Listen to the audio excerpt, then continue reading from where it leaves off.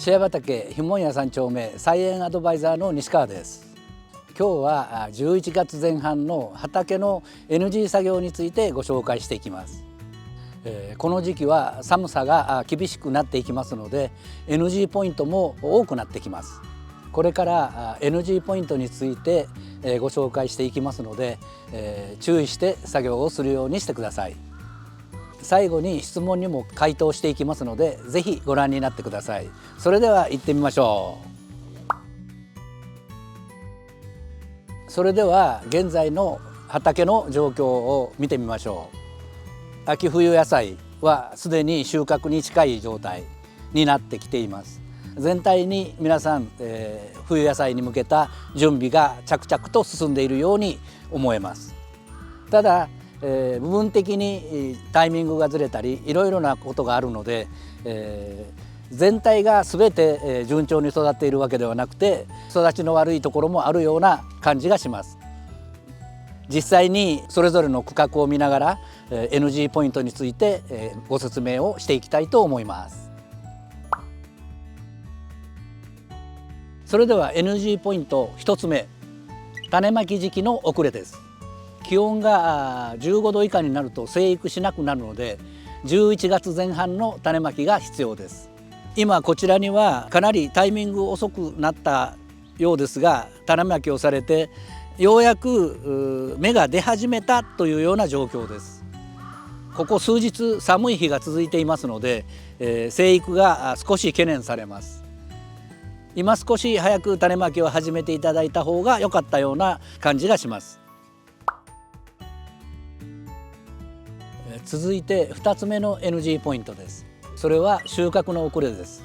11月の前半には里芋やさつまいもなどは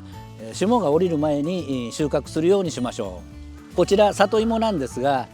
すでに外葉も枯れて収穫時期に近づいてきています。今この状態で収穫しておけば霜が降りて腐るというようなこともないと思いますのでタイミングを見計らって収穫を進めるようにしていただきたいと思います。こちらはさつまいもが植わっています。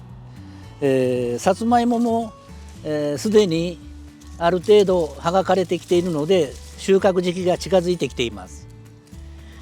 これについてもやはり11月の上旬には収穫を始めていただいて霜による被害などがないようにした方がいいと思います。特に今年の場合、温度の下がり方が早いので11月の中旬ぐらいにはもしかしたら霜が降りることもあるかもしれません。そのために収穫時期は逃さずに良いタイミングで収穫をして芋を腐らせてしまったりということがないようにしていただきたいと思います。3つ目です。植え付け時期のタイミングミスです。玉ねぎやそら豆、スナップエンドウという野菜については植え付け時期のタイミングは非常に重要です。玉ねぎについてはできれば10月中に植えておいていただきたい、野菜になります。そら豆についてもやはり10月中に植え付けを完了していただく。スナップエンドウ、これは11月の上旬から中旬にかけて種まきをしていただくということがうまく冬越しをしてもらう重要なポイントになります。タイミングを間違えれば冬越しをできずにスナップエンドウを枯らしてしまったり、玉ねぎの場合は早く植えすぎて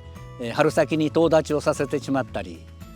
また遅すぎて十分成長しなかったりということがありますので種まきタイミングを必ず見極めて、作業を進めていただくようにお願いしたいと思います。こちらの玉ねぎの苗は、10月の23日に植え付けをいたしました。タイミング的には問題ないと思うんですが、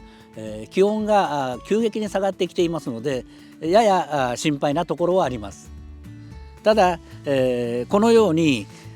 マルチで保温をしていますのであまり大きな影響は出ずになんとか育ってくれると思っています。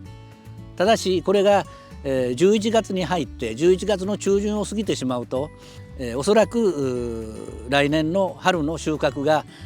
大きな玉にならずに小さな玉のままで終わってしまう可能性があると思いますので必ずタイミングを守っていただきたいと思います。NG ポイント4つ目です。窒素不足にならないようにしていただきたいと思います。窒素飢餓が起こってしまうと追肥をしてもほとんど効かなくなります。温度が15度を下回ると肥料効果が薄れますので、それまでに窒素不足の兆候が出た区画については追肥などで窒素を補給していただくようにお願いしたいと思います。こちらの区画をご覧ください。今葉野菜、大根等ですね、これの下葉がかなり黄色くなってきています。新しい葉も色はそんなに濃くなくて、黄緑の状態、これは典型的な窒素不足の状態だと思えます。このような場合、できるだけ早いタイミングで液肥等の追肥で、窒素を補給して温度が下がる前に十分窒素が吸収できるようにしてあげてください。このタイミングを誤りますと十分な成長をしないまま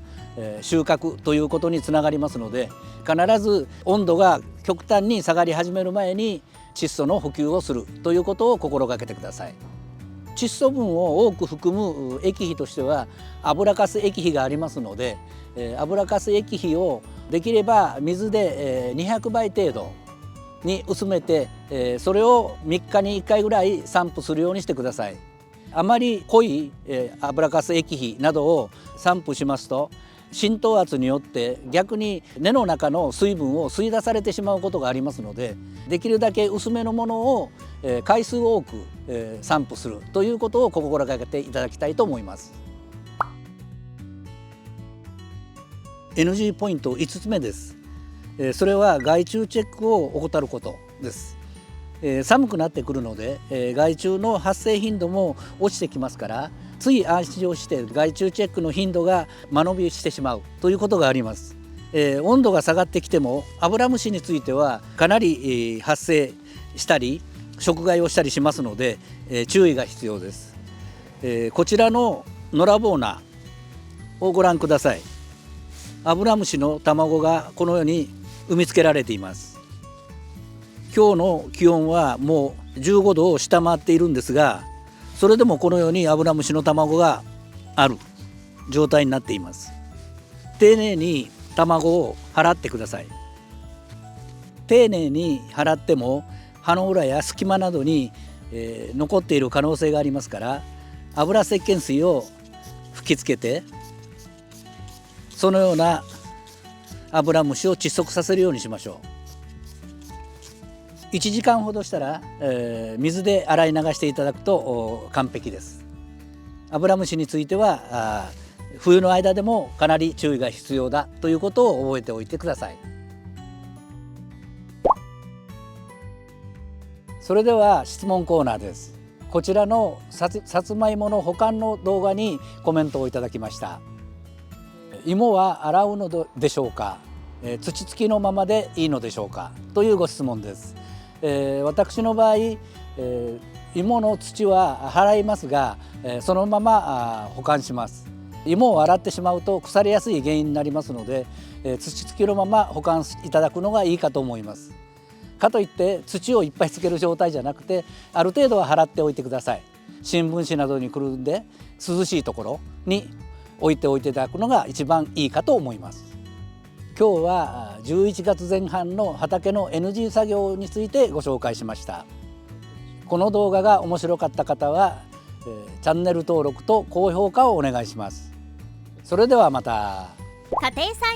ライフ